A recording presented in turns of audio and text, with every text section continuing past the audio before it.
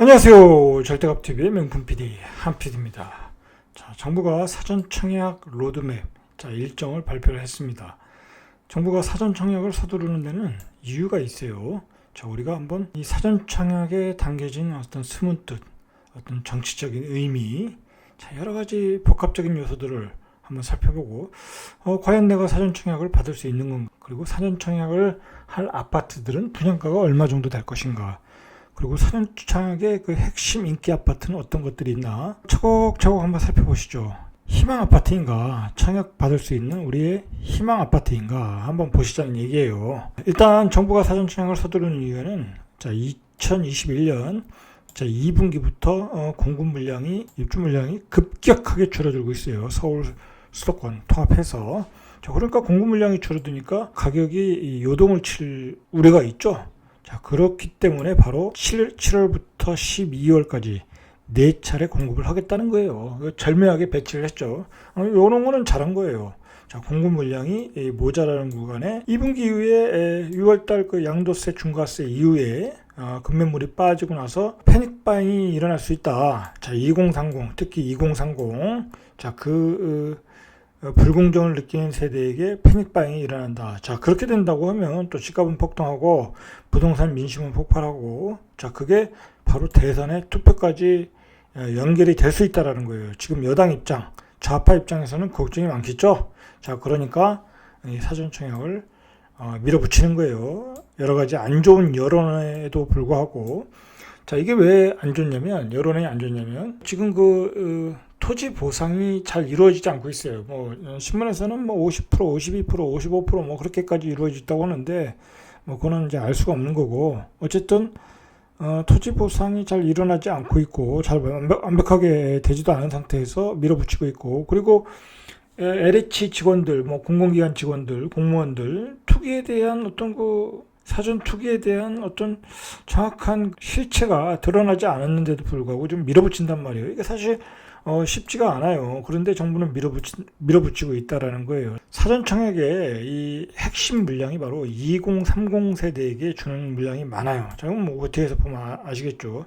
바로 2030, 이번 보궐선거에서 가장 불만을 노출한 세대예요. 그리고 패닉 바잉의 어떤 주체이고, 그러는 세대에게 어떤 물량을 풀어야 된다라는 의무감을 가지고 있고 이제 사전 청약을 하는 거예요. 사전 청약 제도라는 것은 하지 않은데 일반 사람들에게는 이게 MB 시절의 그린벨트, 예전에 보금자리 주택이라고 그러죠. 거기에서 한번 시행을 했던 거예요. 이 본 청약 1, 2년 전에 토지가 완전하게 수용이 되거나 보상이 되기 전에 미리 공급을 하는 거예요. 이제 시장이 불안할 때 미리 이제 청약을 땡겨서 주는 거예요. 청약을 땡겨서 한다. 그래서 패닉 바잉 하지 말아라. 이제 그러한 의도로 주는 거죠. 이거 MB에서 MB 시절에 그렇게 좌파 정부에서 욕하는 MB 시절에 했던 것을 그대로 따라한다. 그대로 따라한다는 거예요. 일단 7월부터 4차례 사전 청약이 있다고 그래요. 7월, 10월, 11월, 12월. 이렇게 4차례 공급 예정이 있다. 2021년, 2022년 2월 정도인가요? 대선이 있죠? 그 스케줄이 아주 절묘하죠? 절묘해요. 치밀하게 계획을 하고 하는 거예요. 사실 모든 수단을 다 이렇게 이용해서 어떤 선거의 전략으로서 이용을 하는 것 같아요. 지금 좌파 정부는. 사전 청약 실시를 내년까지 총 6만 2천 가구예요. 상지 신도시 하나 정도 물량이죠. 그런데 올해 3만 2천 가구 하고 내년에 나머지를 하겠다는 거예요. 내년에 3만 가구 정도 하겠네요. 당첨이 되고 나서는 본 청약 때까지는 무주택자 요건을 유지하셔야 돼요. 그래야 100% 입주가 보장된다. 중간에 집을 사거나 다른 주택을 분양받거나 그래도 상관은 없어요. 그러나 사전 청약 받았던 것은 취소가 된다는 얘기예요. 이 사전 청약의 문제점이 뭐냐면 뒤에서 자세히 설명하겠지만 쉽게 말해서 어떤 특별 공급, 신혼부부나 노부모 특공이나 다자녀 특공 그런 거 다 빼고 그냥 일반 가점으로 청약할 수 있는 분, 추첨도 안 돼요. 제가 보기엔 이거는 일반 가점으로 일반 공급을 받을 수 있는 분량은 8%다. 아주 미미하다. 그러니까 일반 공급은 뭐 거의 만점 아니면 못 받는다고 보시면 돼요. 이거 만점 아니면 만점이나 뭐 거의 만점에 가깝지는 받지 못한다. 그렇게 보시면 되는 거고. 자, 기본적으로 서울 수도권의 해당 지역에 거주해야 되는 거예요. 자, 의무 거주 기간의 경우에는 예를 들어서 본 청약 시점까지만 충족되면 돼요. 그러니까 주소지만 있으면 사전 청약을 할 수 있다라는 거예요. 그리고 나머지 기간 동안에 본 청약 전까지만 이제 그 주소의 의무 거주 기간을 충족하면 된다라는 거예요. 그리고 그때 최종적으로 입주 여부가 결정된다는 거예요. 이제 뭐 대략 한 85%는 이제 신혼부부 생애 최초는 이제 기혼도 포함되는 거예요. 노부모 특공, 다자녀 특공. 자, 조건에 따른 특별 공급 물량이라는 거예요. 그러니까 대략 일반 공급은 한 8% 정도, 한 2,400가구 정도밖에 안 된다는 거예요. 자, 그리고 또 재밌는 것은 뭐냐면 이렇게 특별 공급 물량 중에서도 전체 물량의 어떤 절반, 14,000가구는 신혼희망타운이라는 거예요. 신혼희망타운. 자, 그러니까 이번 사전 청약은 철저하게 2030의 신혼부부에게 타겟가 된 거예요. 뭐 가장 불만이 많은 세대잖아요. 정부가 또 가장 노력을 기울이는 세대. 자, 그렇다면 반대로 4050 세대에게는 굉장히 소외감을 느낄 수 있는 사전 청약이라는 거죠. 하늘의 별 따기가 되겠죠. 4050에는 2030에게는 조금 기회가 많겠지만 뭐 사실 또 기회도 많지 않아요. 물량이 많지 않으니까. 자, 일반 공급은 8%, 2,400가구밖에 안 된다. 기대하지 마시라는 거예요. 일반 공급은 시세의 한 70에서 80% 정도 분양을 한다고 그래요. 그러니까 현재 시세가 10억이면 한 7억에서 8억에 한다는 거예요. 이게 결국 싸지 않아요. 왜냐면 지금의 가격은 뭐 말 그대로 정부가 투기 세력이 올렸다. 뭐 거품이라고 얘기하잖아요. 그 거품에서 조금 뺀 가격에 분양을 한다. 이게 싼 게 아니에요. 싼 게. 중요한 거는 정부가 이렇게 분양을 해도 비싸게 한다는 거야. 자, 내리지가 않는다는 거예요. 아파트 가격은. 자, 이 사전 청약 특별 공급, 입주자 모집 공고는 어떤 시점을 기준으로 소득, 자산 등의 자격 요건을 심사해요. 이게 중요해요. 왜냐하면 이 소득, 자산이 적을수록 당첨 확률이 높다고 그래요. 자, 그건 뒤에서 조금 자세하게 설명할게요. 사전 청약 담당자로 당첨자로 선정된 이후에는 소득 및 자산 요건을 추가로 심사하지 않는다. 자, 그러니까 당첨된 시점에 소득 자산 요건만 갖추면 된다고 그래요.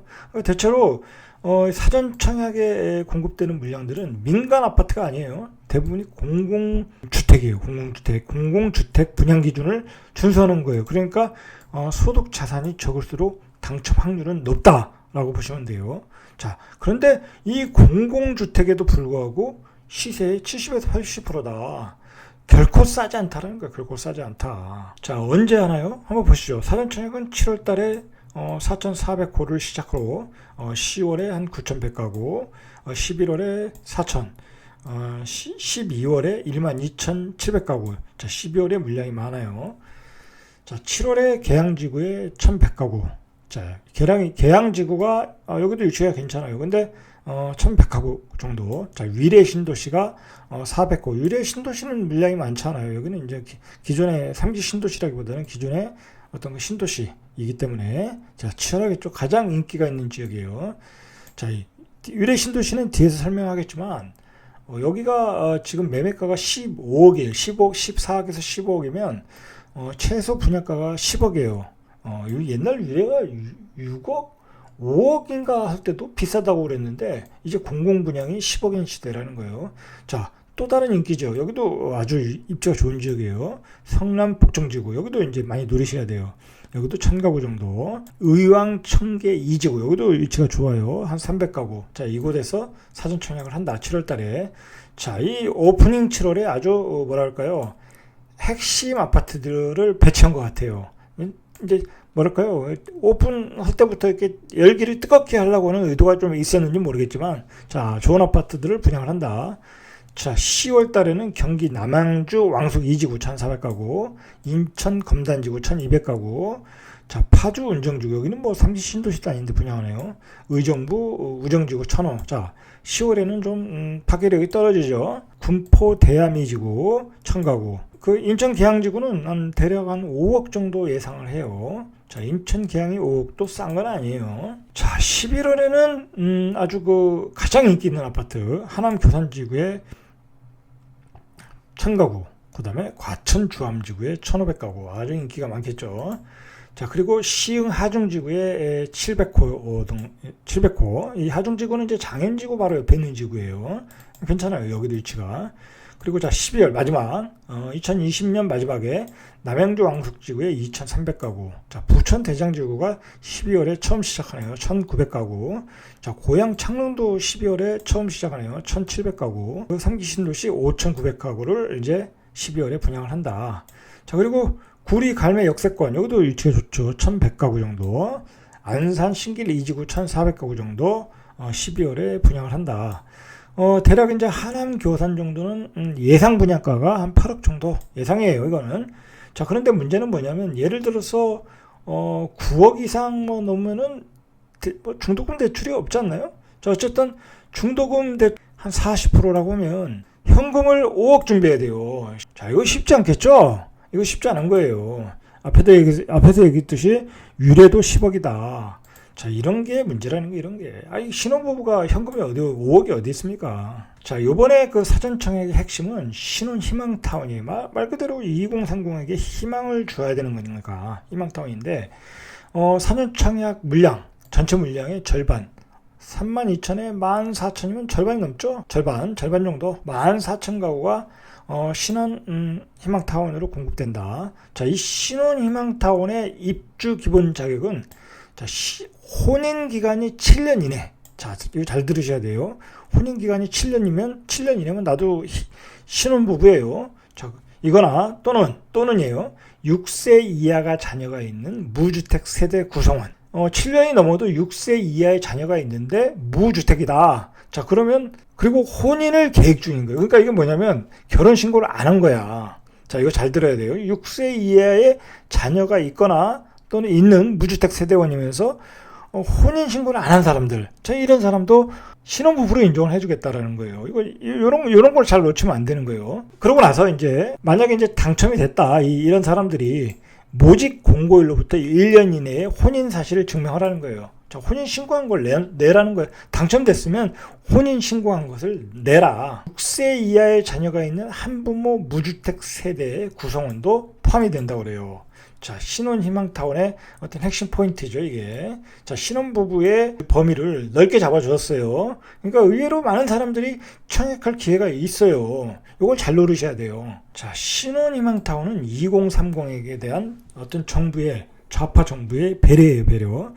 자, 혼인 2년 이내 및 예비 신혼부부에게 이제 가점제로 우선 공급을 하고, 자, 혼인 2년 이내 또는 결혼할 예비 신부들이 이제 가점제를 가지고 이제 공급을 하는 거예요. 자, 그래서 이제 추첨자를 뽑고, 여기서 이제 낙첨자 및 자녀자 대상으로 또 가점제. 자, 그 가점제는 미성년자 자녀수 무주택 기간으로 공급을 한다. 자, 이런 이제 내용이에요. 자, 그리고 이제 신혼부부들이 돈이 없잖아요. 자, 그러니까 LTV 최대 70%를 대출해주겠다. 그것도 연 1.3% 고정금리를 해주겠대요. 엄청난 혜택이죠. 엄청난 혜택. 앞에서 얘기했듯이 신혼부부 또는 생애 최초는 소득이 적을수록 유리해요. 이게 핵심 포인트예요. 그래서 그런 분들에게 사회적 약자잖아요. 70% 우선 배정해주겠다는 얘기. 잘 생각하셔야 될 게, 뭐 예를 들어서 부부가 둘이 뭐 공무원이다, 또는 뭐 대기업에 다닌다, 소득이 좋다. 그러면 거의 당첨 가능성이 없다고 봐야 돼요. 신혼부부라고 해도 거의 당첨이 없다고 보시면 돼요. 그냥 소득이 없는 신혼부부. 자, 그런 분들에게 기회를 주겠다라는 거예요. 그런데 이건 뭐 확정된 내용은 아닌데 신문에서 나온 얘기인데, 이러한 혜택을 주는데 정부가 이익을 공유하겠다. 이것도 뭔 뚱딴지 같은 소리인지 모르겠어요. 만약에 그걸 팔 경우에 정부에서 이익을 환수하겠다라는 거잖아요. 10에서 50%. 글쎄, 이게 뭐 가능한 건지 모르겠어요. 저는 이해가 안 되더라고요. 어쨌든 이런 얘기가 나오고 있어요. 그러면 굳이 이걸 살 필요가 있느냐 이거야 난. 정부가 내가 산 집의 이익의 뭐 30%를 나중에 가져가겠다. 그러면 굳이 분양가 70% 80% 현재 시세의 70% 80%를 살 필요가 있니 이거야. 거기서 뭐 얼마나 더 오르겠다고. 그죠? 살 필요가 없다 이거예요. 제 생각에. 정부가 이익 공유를 한다면은. 그리고 또 전매 제한도 5년에서 10년이야. 어휴, 뭐 이거 너무 제한사항이 많다라는 거예요. 너무 제한사항이. 무엇을 보고 결정하냐.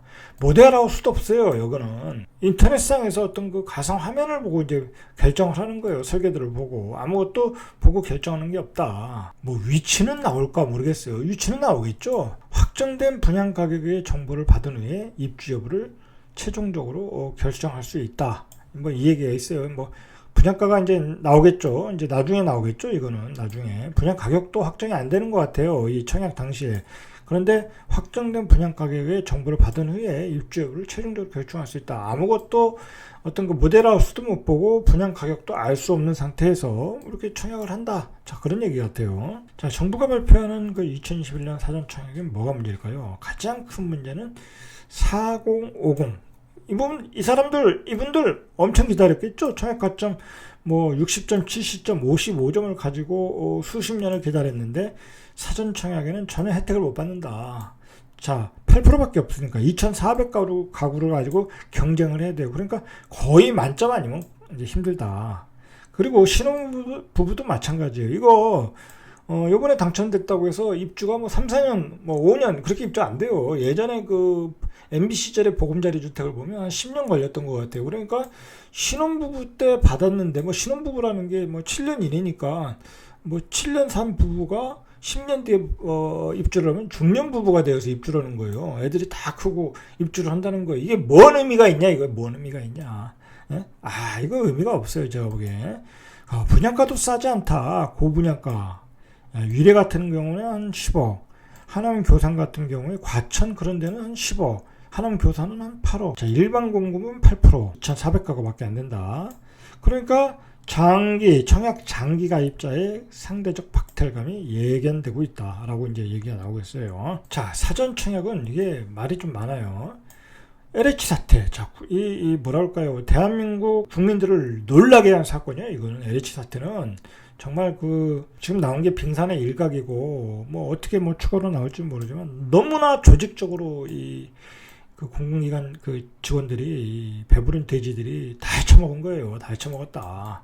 이거 만약에 지금 3기 신도시 2차 지구가 나오면 또 이제 그 투기 사태들이 신문에 나올 거예요. 자, 이러한 사태가 마무리가 안 됐는데도 마무리가 안 되고 이제 보상도 지연되고 주민들이 반발하잖아요. 이러한 그 상태에서는 뭐 보상을 못 받겠다는 상태에서 지금 밀어붙이는 거잖아요. 사전 청약을 지금 밀어붙이게 하는 거예요.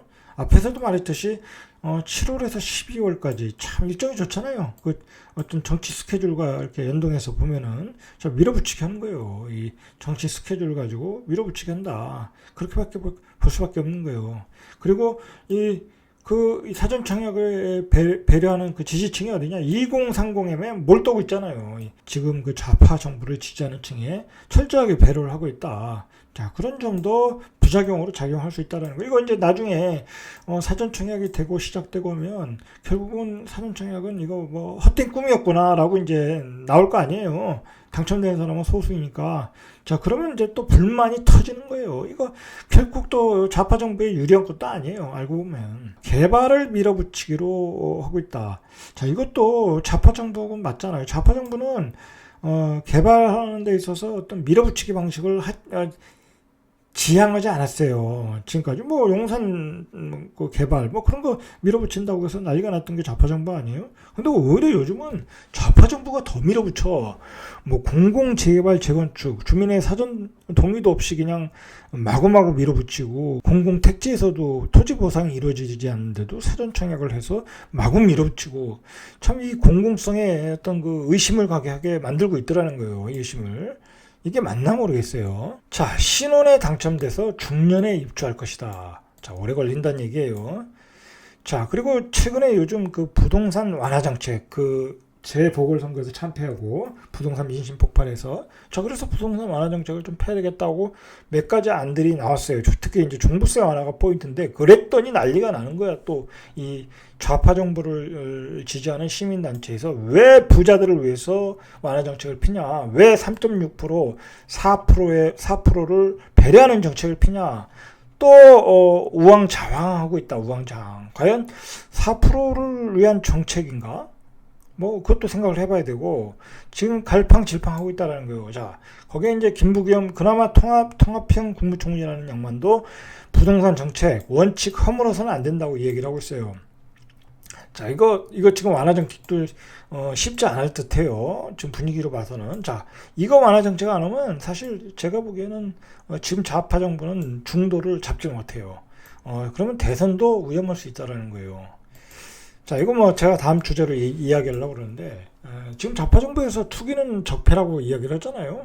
그리고 이번에 사실 투기 세력들이 너무나 많이 극성을 부렸어요. 뭐 그거는 부인 못해요.